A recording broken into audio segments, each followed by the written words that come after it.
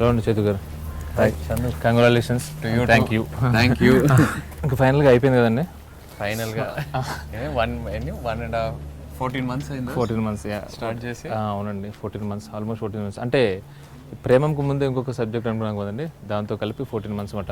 యాక్చువల్గా అప్పుడు నాన్నకి ఒక సబ్జెక్ట్ చెప్దామని వెళ్తే అప్పుడు ఆయన కొంచెం కొన్ని రోజుల తర్వాత చేస్తాను కాప్ స్టోరీ అన్నారు. ఇప్పుడు 2 movies చేస్తున్నాను తర్వాత అది అన్నారు. ఆ గ్యాప్ లో నేను పట్టుకొని వేరే కథ అనుకోని అవునండి, డ్రీమ్స్ మీద. యాక్చువల్లీ మీరు ఫుల్ డ్రీమ్స్ అంటే నేను బాగా ఎక్సైట్ అయ్యాను, చాలా బాగా నచ్చింది, ఫ్రెండ్స్ కూడా నచ్చింది అన్నారు. ఇంకా మధ్యలో ఈ ప్రేమం గురించి ఫస్ట్ ఇనిషియల్ గా చెప్పింది నేనే మీకు. నువ్వు చెప్పావు, నువ్వు వెళ్ళి చూసి సినిమాకి ఎక్సైట్ అయ్యాను, కానీ ఆ సినిమా చేద్దామని మాత్రం ఎక్సైట్ అవ్వలేదండి. సినిమా కాదు, నువ్వు బ్యాక్గ్రౌండ్ స్కోర్ చూసి విని దాన్ని వాడదామా మన సినిమాకి, రాజేష్ మురుగేషన్ యూజ్ చేద్దామా, బ్యాక్గ్రౌండ్ స్కోర్ అంతా భలే ఉంది. మీరు చూసి మీకు బాగా నచ్చిందండి. అవును. తర్వాత మీరు ఏమన్నారంటే చాలా మంది ఇప్పుడు నల్లమని బుజ్జి గారు ఇంకా వేరే వాళ్ళు మొత్తం ఒక బయట నుంచి ప్రెషర్ వస్తా ఉండింది, రీమేక్ చేద్దాం అని. అప్పుడు మన ప్రొడ్యూసరే చూసి ప్రెషర్ పెట్టాడు. అప్పుడు నాకే ఎందుకో లవ్ స్టోరీస్ అంటే మనకి సేఫ్ జోన్ కదా, అటెంప్ట్ చేస్తే కరెక్ట్ ఏమో. లవ్ స్టోరీ సేఫే అండి, కానీ ఇది మాత్రం చాలా చాలా డబ్బు అయిపోయింది. అంటే ఫస్ట్ భయపడింది బేసిక్గా కంపారిజన్స్ భయపడ్డామట. కరెక్టే. మీరేమన్నారంటే కంపారిజన్స్ అనేవి ఉంటాయి, మనం చేయగలమా లేదా. కరెక్టే. అప్పుడు అదే ఆ డౌట్ ఉండేది. ఆ తర్వాత నువ్వు నా గుర్తుంది, నువ్వు ఒక 10-15 days ఇంకా హైడింగ్ లోకి వెళ్ళిపోయి. అంటే హైడింగ్ అంటే బేసిక్గా ఆన్ పేపర్ పెట్టడానికి కూడా ఇందులో ఏం లేదు. అవును. అంటే ఒకవేళ వాళ్ళ సీన్ ఏముంది దాన్ని మనం ఏం చేసుకోవచ్చు అంటే నాకు ఇనిషియల్గా ఒక 4-5 scenes తీసుకున్నప్పుడు నేను బాగా ఎగ్జైట్ అయిన సీన్ ఏంటి తెలుసా అంటే ఇది జేసీ సినిమా అని అంటే వెంకటేష్ గారి సీన్. ఫస్ట్ ఓకే, అక్కడ వాళ్ళ డాడ్ వచ్చారు సపోర్ట్ కాదు, నాకు యాక్చువల్గా వాళ్ళు అక్కడ వాళ్ళ ఫాదర్ వచ్చారు సపోర్ట్ చేశారు కదండి. ఇక్కడైతే స్ట్రైట్ అవే నాగార్జున తీసుకొచ్చేయచ్చు, ఇది ఒక్కటే ఫస్ట్ ఒప్పేసుకుందాం అనుకున్నాను. డన్, ఇది డన్, ఓకే ఫైన్, ఏదో ఒకటి ఒక సీన్ అన్న హ్యాపీగా డైరెక్ట్ చేసేయచ్చు అని. అదొక్కటే నాకు ఇనిషియల్ గా ఎగ్జైటింగ్ పాయింట్ అండి. రీమేక్ చేస్తే అందులో వాళ్ళ హీరో వాళ్ళ ఫాదర్ వస్తారు ఇదే అని ఆ కొంచెం ఆ సెల్ఫిష్నెస్ తో ఏమో తెలియదు, గ్రీడీలతో డెఫినెట్గా ఇది ఇంక సరేలే ఇంక ఫస్ట్ అయితే చేసేద్దాం, నారాయణ గారిని కూడా ఒక సీన్ డైరెక్ట్ చేసినట్టు కదా అనుకున్నాను అనమాట. అది ఏమైంది, సీరియస్ గా కూర్చోవడం స్టార్ట్ చేసినప్పటి నుంచి నాకు మోర్ దాన్ నాగార్జున గారు రావడం, అక్కడ వెంకటేష్ గారు రావడం ఎగ్జైటింగ్ అనిపించింది. అప్పుడు సో బేసిక్ గా నీకు ఆ సీన్ అండి సీరియస్లీ అంటే చూసారా థియేటర్ టెంపర్మెంట్ అంటారు. నిజంగా నేను ఏదైతే ఎగ్జైట్ అయ్యానో ఈ రోజు థియేటర్లో కూడా ఎక్సైట్ అవుతున్నాను. నిజంగా అక్కడ వచ్చిన హై అసలు ఇది ఒక 4 minutes యాక్షన్ ఎపిసోడ్ వచ్చి వెళ్ళిపోతే ఎలా ఉంటుందండి ఆ రేంజ్ లో. కానీ మనం ఆ రోజు ఆ సీన్ చేసేటప్పుడు కూడా మనకు కూడా ఏ స్టేజ్ లో కూడా ఆయన రాసేటప్పుడు కానీ అరల్స్ రైటింగ్ పార్ట్ లో కానీ అరల్స్ షూటింగ్ పార్ట్ అప్పుడు ఆయన ఉండి ఆయన కూడా ఎనర్జీ ఇచ్చారు కదా మొత్తం చేసేటప్పుడు. అది మళ్ళీ రషెస్ చూసుకునేటప్పుడు ఎడిటింగ్ చేసేటప్పుడు స్కోర్ ఏ స్టేజ్ కా స్టేజ్ ఎక్సైట్మెంట్. ఆ సీన్ ఎన్నిసార్లు ఇక్కడ కూడా కాదండి, మొత్తం యుఎస్ లో కూడా ఆ సీన్ వచ్చినప్పుడు నిజంగా ఆశ్చర్యపోయారంట. ఆ scene that scene excited you the most. ఏ సీన్ ఎక్కువ భయపడింది ఒరిజినల్ చూసాక? ఒరిజినల్ అంటే ఇది ఎట్లా మనం మళ్ళీ ఎట్లా రెప్లికేట్ అంటే కొన్ని ఉంటాయండి. నేను బాగా భయపడింది ఏంటంటే సీరియస్లీ ఇప్పుడు చూసిన వాళ్ళు అంటాం కాదు కానీ మ్యాజిక్ క్యాన్ బి రీక్రియేటెడ్ అంటారు. నేను భయపడింది అంటే ఆ ఫీల్ తీసుకురాగలం. మళ్ళీ మలర్ అయిపోయిన తర్వాత మీరు చెప్పారు అక్కడ నాకు ఐ మీన్ మీరు మలయాళం చూస్తున్నాను అప్పుడు నాకు నిజంగా కంట్లో నీళ్ళు వచ్చేసాయి చందు అది అన్నారు. కంట్లో నీళ్ళు వచ్చేసే అంతలాగా అది ఓకేనండి, మనం చేయగలమా లేదా? అవును, కరెక్ట్. అవును, మై గాడ్, అది నేను 100% ఏంటంటే ఆ సీన్ వదిలేసాను బేసిక్గా. అంటే నేను ఎక్స్పెక్టేషన్స్ పెంచుకోవడానికి వదిలేసాను. ఇంకా అది అంటే మనం అయితే తీస్తున్నాం కానీ ఆ సినిమా చూసి ఫీల్ అయ్యే అంత ఫీల్ అయితే మన ఆడియన్స్ ఫీల్ అవుతారని నేను చేయలేదు. కానీ సీరియస్లీ చెప్పానండి, వెంకటేష్ గారి సీన్ గురించి ఎంత మాట్లాడుకుంటున్నారు ఈ రోజు ఆ సీన్ గురించి కూడా అంత మాట్లాడుకుంటున్నారు. నీకు గుర్తుందా ఆ సీన్ మనం లాస్ట్ మినిట్ లో చేసాము. ఆ రోజు షూటింగ్ చేసేటప్పుడు నాకెందుకో నీకు కొంచెం భయం ఉండిందేమో, ఈ సీన్ ఇప్పుడే చేద్దామా, కొంచెం పోస్ట్పోన్ చేసి ఇంకా బెటర్మెంట్ చేసి చేద్దామా, మొత్తం బయటకు వచ్చి సింగిల్ షాట్. అవును, సింగిల్ షాట్ లో పెద్ద టేక్స్ కూడా సింగిల్ టేక్. అవును. మీకు మాక్సిమం అప్లాజ్ వచ్చిన సీన్ కానీ సీక్వెన్స్ ఏంటి? ఫోన్ కాల్స్ కానీ మెసేజ్? అదే సితారా మెమరీ మర్చిపోయిన తర్వాత మాక్సిమం అదే. ఇంట్లో ఫ్రెండ్స్ అయినా యూనో ఫ్యామిలీ అయినా బయట నుంచి అయినా క్రిటిక్స్ అయినా ఎవరైనా మాక్సిమం అదే. అది కాకుండా ఫస్ట్ ఎపిసోడ్ ఎక్స్పెక్ట్ చేయలేదు అంటున్నారు చాలా మంది. మీరు ఫస్ట్ టైం సినిమా చూసినప్పుడు అంటే కంప్లీట్గా అంటే ఎప్పటికప్పుడు రషెస్ చూడడం కాదు, అంటే ఒక స్కోర్తో కంప్లీట్గా థియేటర్లో చూస్తున్నప్పుడు మీరు ఎగ్జైట్ అయింది? ఐ థింక్ సెకండ్ ఎపిసోడ్ నాకు second episode score sound effects you know natural sounds real sounds అంతా వేసిన తర్వాత వేరే ఇంకో రేంజ్కి వెళ్ళిపోయింది. ఆ హ్యూమర్ ట్రాక్ యాక్షన్ కంప్లీట్ ఆ సౌండ్ డిజైన్ వల్ల అది ఇంకో రేంజ్కి వెళ్ళిపోయింది. ఆ సెకండ్ ఎపిసోడ్ నేను ఎప్పుడైతే ఎడిట్ లో చూసానో అంత ఎక్సైట్ అవ్వాల, బట్ కంప్లీట్ నువ్వు ఆర్ఆర్ అంతా వేసిన తర్వాత సౌండ్ అది ఎంత యాడ్ అయిందో సౌండ్ ఆ ఎపిసోడ్ కి వాట్స్ యువర్ నేమ్ అని ఆ చిన్న ఎఫెక్ట్స్ నాకు ఆ సెకండ్ ఎపిసోడ్ ఎక్స్పెక్ట్ చేయాలి ఆ రేంజ్ కి వెళ్తుంది. ఇన్ఫాక్ట్ నేను థియేటర్ లో మేబీ సెకండ్ ఎపిసోడ్ చూసి కొంచెం డిసప్పాయింట్ అవుతారు అని ఫస్ట్ అనుకున్నా. ఫస్ట్ థర్డ్ పాస్ అయిపోతాం పక్క, సెకండ్ ఎపిసోడ్ వల్ల కొంచెం డిసప్పాయింట్ అవుతారేమో అని చిన్న ఇది. కానీ today they are enjoying second episode the most. ఇంకొకటి ఏంటంటే ఆ సితారా డాన్స్ సీక్వెన్స్ అది కూడా ఫ్యాంటాస్టిక్ లేపారండి వాళ్ళు. అంటే ఇనీషియల్గా అంటే చాలా మంది ఆల్రెడీ చూసిన వాళ్ళు కూడా కేవలం ఆ సౌండ్ వల్ల థ్రిల్ అయ్యారు. అవును అవును అవును. అప్పటి వరకు టేప్ రికార్డర్లో వినేంత వరకు ఒకటి, టేప్ రికార్డర్లో వినిన తర్వాత ఆమె డాన్స్ చేసినప్పుడు ఆ పెంచిన లెవెల్స్ ఉంటాయి కదా, కరెక్ట్ దానికి. సో నువ్వు కార్తికేయ తర్వాత ఒక లవ్ స్టోరీ, ఇలాంటి లవ్ స్టోరీ తీస్తావని ఎప్పుడైనా? నా స్టోరీలో లవ్ ఉంటుందేమో కానీ ఒక లవ్ స్టోరీ తీయడం అనేది అంటే అది రాదండి. ఇంకొకటి ఏంటంటే నాకు ఇప్పుడు ఆ చిన్న సాంగ్ ఉంది కదా మనది, అది ఇప్పుడు చూస్తుంటే అది ఎలా తీసామో నాకు నిజంగా తెలియట్లేదు. అంటే సింపుల్ దానికి మనకి ఏంటంటే సపరేట్ ఒక కొరియోగ్రాఫర్ ఎవరు లేరు. ఇది నీకు చెప్పడం, ఇదిగో ఇక్కడి నుంచి ఇలా పాస్ అవ్వాలి, ఇలా చూడాలి, అది డైలాగ్స్ ఉండవు, సాంగ్. ఇది నాకు ఇప్పుడు చూస్తుంటే అసలు ఆ సీక్వెన్స్ అంతా ఎలా తీసామో అనేది ఒక భయం అండి. ఇనిషియల్గా నేను ఎందుకు థ్రిల్లర్స్ కానీ యాక్షన్ మూవీస్ కానీ ఎక్కువ రాసుకుంటాను అంటే నాకు అంటే ఐ కాంట్ డైరెక్ట్ అనేది నా ఒపీనియన్ అండి. అంటే ఇక్కడ నేను యాక్చువల్గా అన్నట్టు మీరు అన్నారు ఒకసారి డెఫినెట్గా వర్కౌట్ అవుతుంది. ఎందుకు నిజంగా సోల్ తీసుకుని మన నేటివిటీకి తగ్గట్టు చేంజెస్ చేసి ఇది కాన్ఫిడెంట్గా ఉంటే మనం వెళ్దాం అన్నారు. సరే ఫైన్, ఒకసారి ట్రై చేద్దాం. తర్వాత చిన్నబాబు గారు చెప్పారండి, నాకు చాలా స్ట్రాంగ్ ఏం చెప్పారంటే ఆయన, ఇది తప్పు చేయదు అండ్ ఇది నీకు మంచి పేరు తీసుకొస్తుంది అన్నారు. ఊరికినైతే 100% చెప్పారు. జెంటిల్మెన్ మోర్ ఏదో ఒకటి అంటే ఏదో ఒక రకంగా బిజినెస్ చేసేయాలి అనే మైండ్ సెట్ కాదు కదా. సో ఆయన చాలా స్ట్రైట్ ఏం చెప్పారంటే, తప్పు చేయదుమ్మా అండ్ నీకు మంచి పేరు తీసుకొస్తుంది అన్నారు. ఇది నేను చాలా డన్. నేను ఎందుకు కాన్ఫిడెంట్ ఉన్నానంటే సేమ్ ఆయన చెప్పినట్టు, బట్ ఆ జర్నీ ఏదైతే ఉందో ఆ హీరో లైఫ్ లో at 15, at 25, at 30 తను ఎట్లా మారుతాడు as a human being, you know ఆ జర్నీ ఏదైతే చూపించారో ఆ జర్నీ అందరు కనెక్ట్ అవుతారు. మన దాంట్లో ఇంకా చాలా బాగుంది. అంటే థర్డ్ ఎపిసోడ్ లో చూపించిన యాటిట్యూడ్ అంటే నాకు ఎందుకో అంటే ఒరిజినల్ దానికన్నా మనం రైటింగ్ పార్ట్ లోనే ఎక్కువ ఉంటుంది.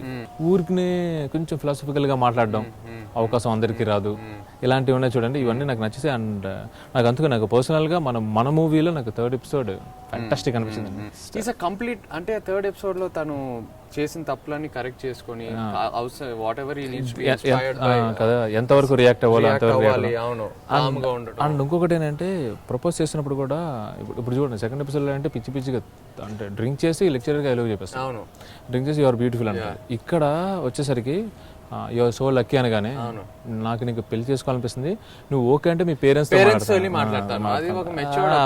నాకు అది అంటే నాకు లుక్ అటైర్ కొంచెం ఇది నాకు థర్డ్ ఎపిసోడ్ బాగా నచ్చిందండి. ఐఎమ్ టూ మచ్ కనెక్టెడ్ అనమాట. హ్యాపీ థింగ్ ఏంటి అంటే మనం ఏదైతే అనుకుని ఎగ్జైట్ చేస్తామో అది సేమ్ ఆడియన్స్ కూడా ఎగ్జైట్ అవుతుందంటే అప్పుడు మన హ్యాపీనెస్ డబుల్ అయిపోతుంది. Very happy. కార్తిక్ నువ్వు ఇద్దరు లైక్ యూ మీరు యాజ్ అ టీమ్ వర్క్ చేస్తారు అంతేనండి. తనేం ఫీల్ అయ్యాడు అసలు ఫస్ట్ ప్రేమ రీమేక్ అయితే నేను 15 days పారిపోతే ఆ నెక్స్ట్ 15 days తన లేడని దండం పెడతాను అసలు ఛాన్స్లెస్ బ్రో అది. అంటే ఇది మన పాయింట్ ఆఫ్ వ్యూ అండి. ఇక్కడ ఏంటంటే మీరు యాక్ట్ చేయడం, నేను writing part and directing. So నాకేంటి ఎలా ఉంటుంది, ఓకే ఒక మంచి ప్రొడ్యూసర్ ఉన్నారు, ఒక మంచి హీరో ఉన్నాడు కదా, సో అటు ఇటుగా ఏదో ఒక చిన్న 4-5 కమర్షియల్ ఎలిమెంట్స్. తను ఏంటంటే మేకింగ్ కదండి. అండ్ ఇంకొకటి ఏంటంటే అది బాగా డిపెండ్ అయింది సౌండ్ మీద, వ్యాక్యూమ్ మేకింగ్. కరెక్ట్, అవును. సో మొత్తం ఇలా మొత్తం బటర్ఫ్లై ఎఫెక్ట్ లాగా ఒక చోట ఆగదు. అది యాజ్ ఇట్ ఈజ్ మేకింగ్ తీసుకొస్తే వీళ్ళు మన ఆడియన్స్ యాక్సెప్ట్ చేస్తారో లేదో తెలియదు. సో చాలా భయపడిపోయాను నేను. ఒక పాయింట్ ఆఫ్ టైం కన్విన్స్ అయిపోయి డన్ నేను చేస్తున్నాను. నేను అలా కన్విన్స్ చేసి మనోడు చాలా అంటే చాలా భయపడిపోయాడు. 10 days అంటే బ్రో దొరికిపోతాం అది ఇది అని చాలా భయపడ్డాడు అనమాట. Seriously you know one thing అని తన గింబల్ హ్యాండిల్ చేసిన వే, ఫస్ట్ ఆపరేటింగ్ నేర్చుకున్నాడు అండి. తను ఆపరేటింగ్ నేర్చుకున్నాడు ఫస్ట్. అంటే తన ఓన్గా అది హ్యాండిల్ చేయడం కానీ అది నాకు అంటే అదే కాన్ఫిడెన్స్ నాకు యాక్చువల్గా కార్తిక్లో. దట్ఫుల్లో అంటే ఇప్పుడు సీరియస్లీ ఒకవేళ గింబల్ ఎక్విప్మెంట్ వచ్చింది, ఆ గింబల్ ఫెలో సిక్ అనుకోండి, ఆపరేట్ చేసాడు, ఆడ హ్యాండిల్ చేస్తాడు. అదొకటే కదండి, మన ఫ్లై క్యామ్ కూడా కరెక్ట్. అవును, వచ్చిన రోజు తన హ్యాండిల్ చేసేయగలడు. సో నాకేంటి అంటే, సో వాడు కామన్ సెన్స్ ఉంది, టాలెంట్ ఉంది, అండ్ కొంచెం ఒబీడియంట్గా ఉంటాడు కనుక అది స్త్రీ ఏంటంటే ఈ కెన్ పుల్ ఆఫ్ అనేది నా కాన్ఫిడెన్స్ అనమాట. బట్ ఫైనల్ చేసాడండి నిజంగా డెఫినెట్గా. అంటే ఆ 3 దాంట్లో ఇంక్లూడింగ్ అన్నపూర్ణ డిఏ వాళ్ళు కూడా చెప్పారండి. ఫస్ట్ సెకండ్ ఎపిసోడ్కి ఆ కలర్ వేరియేషన్స్ కూడా తీసుకొచ్చారండి డిఏ, మూడ్ క్రియేట్ చేశారు. డిఫరెంట్ టోన్స్ సినిమా చూస్తే ఒక్కొక్క ఎపిసోడ్ కి ఒక్కొక్క టోన్ ఉంటుందండి. అండ్ బాగా గుర్తుంది ఫస్ట్ కాలేజ్ ఎపిసోడ్ లో ఆ బ్లూస్ మీద వెనకాల బ్యాక్గ్రౌండ్ లో కూడా చిన్న బ్లూ షేడ్ పెట్టి అంతా.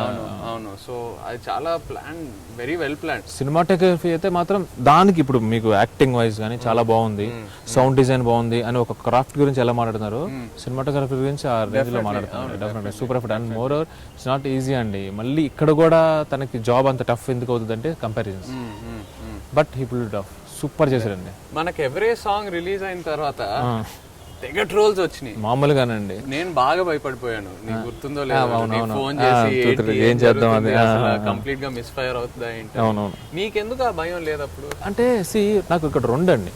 ప్రాక్టికల్గా ఏంటి అంటే క్వాలిటీ ప్రోడక్ట్ ఒకటి ఉంది అనేది నాకు చాలా కాన్ఫిడెన్స్ అండి.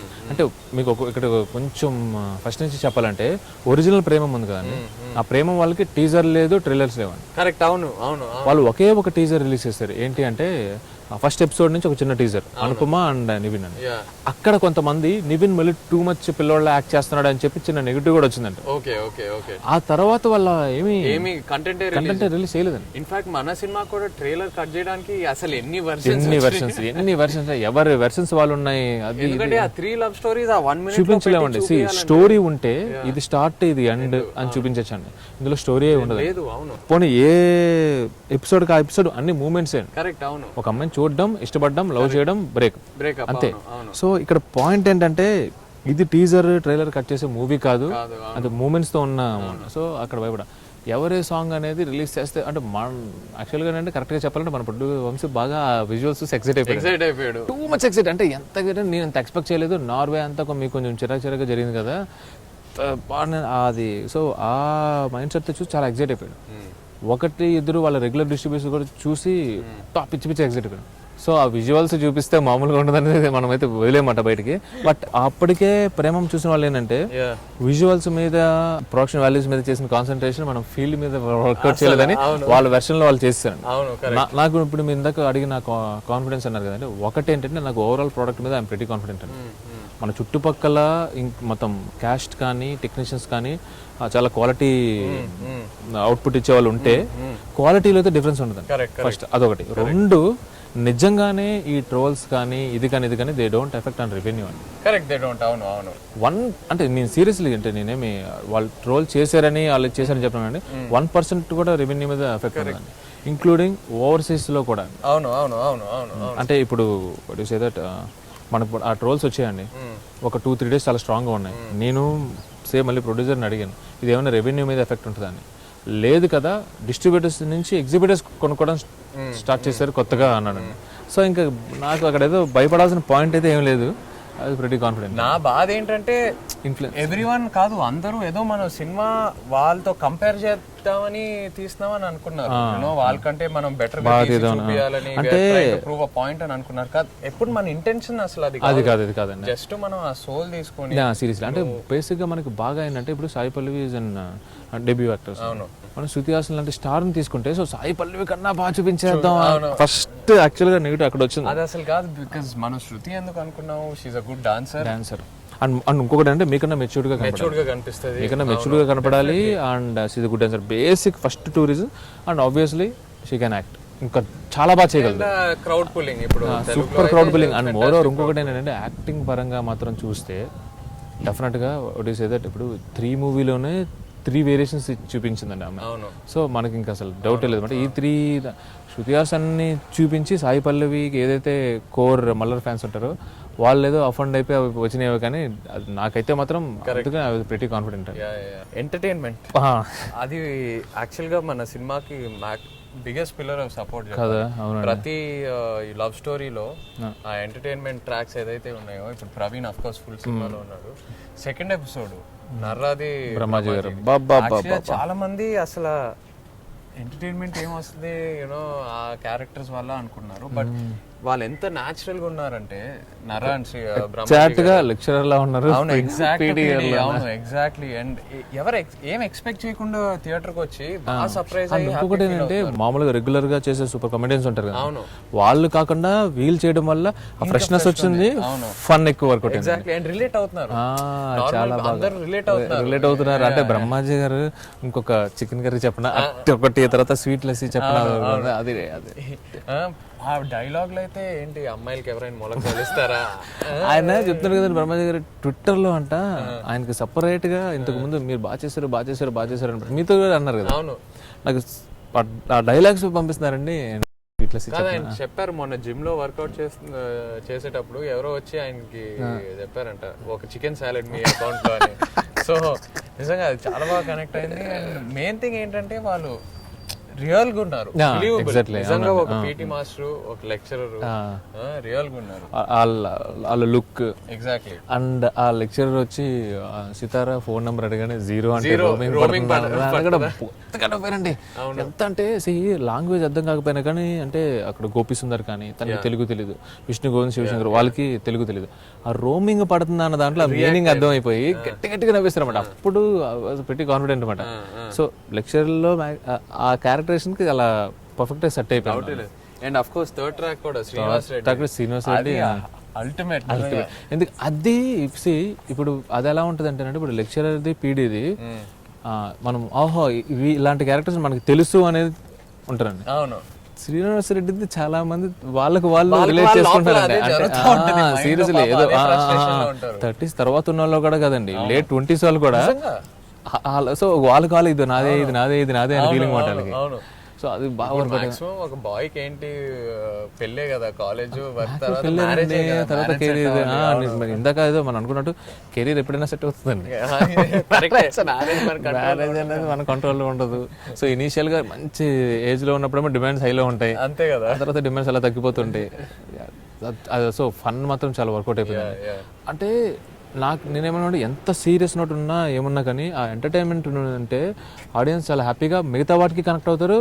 అండ్ మలయాళంలో ఎక్కువ ఫన్ ఉండదు, నువ్వు కావాలని తెలుగుకి ఎంటర్టైన్మెంట్ ఉండాలని డెఫినెట్ గా. అండ్ మోర్ అలానే తీసుకొచ్చిన ఎంటర్టైన్మెంట్ కదండి, క్యారెక్టరైజేషన్స్ నుంచి వచ్చే సెపరేట్ బ్లాక్స్, సెపరేట్ ఎపిసోడ్స్ లా కాకుండా కథలోనే స్టోరీలోనే ఇప్పుడు అందుకనే అండి మీరు ఇప్పుడు ఏంటంటే 30s లో ఉంటారు కనుక ఇది థర్డ్ క్యారెక్టర్, అది కూడా శ్రీనివాస్ రెడ్డి మాట్లాడేది కూడా మీ గురించే. అవును, అరే నాకు ఇలా ఎక్స్పీరియన్స్ అయింది కాబట్టి అండ్ మోర్ ఓవర్ అరే అసలు అన్ని తలుపులు మూసిపోతే అలాంటిది ఇప్పుడు నీకు హెవెన్ డోర్స్ ఓపెన్ అయినాయి అన్నట్టు మీకు అడ్వైస్ ఇచ్చే అదంతా ఫన్ అండి. ఎండ్ ఆఫ్ ద డే ఒకసారి నాకు సీరియస్లీ మీడియా పీపుల్ దగ్గర నుంచి కూడా వచ్చిన ఇదేంటంటే, మీరు స్ట్రైట్ సినిమా తీసినా కానీ ఇంత పేరు రాదండి అన్నారు.